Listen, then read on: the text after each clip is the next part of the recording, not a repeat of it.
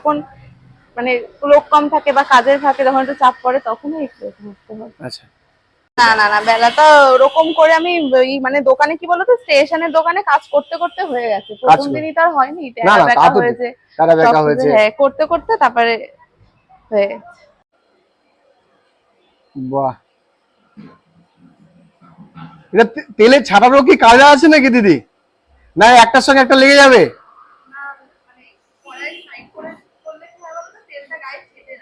আচ্ছা, বাহ, ভালো অভিজ্ঞতা হয়ে গেছে তোমার এতদিনে। বাহ।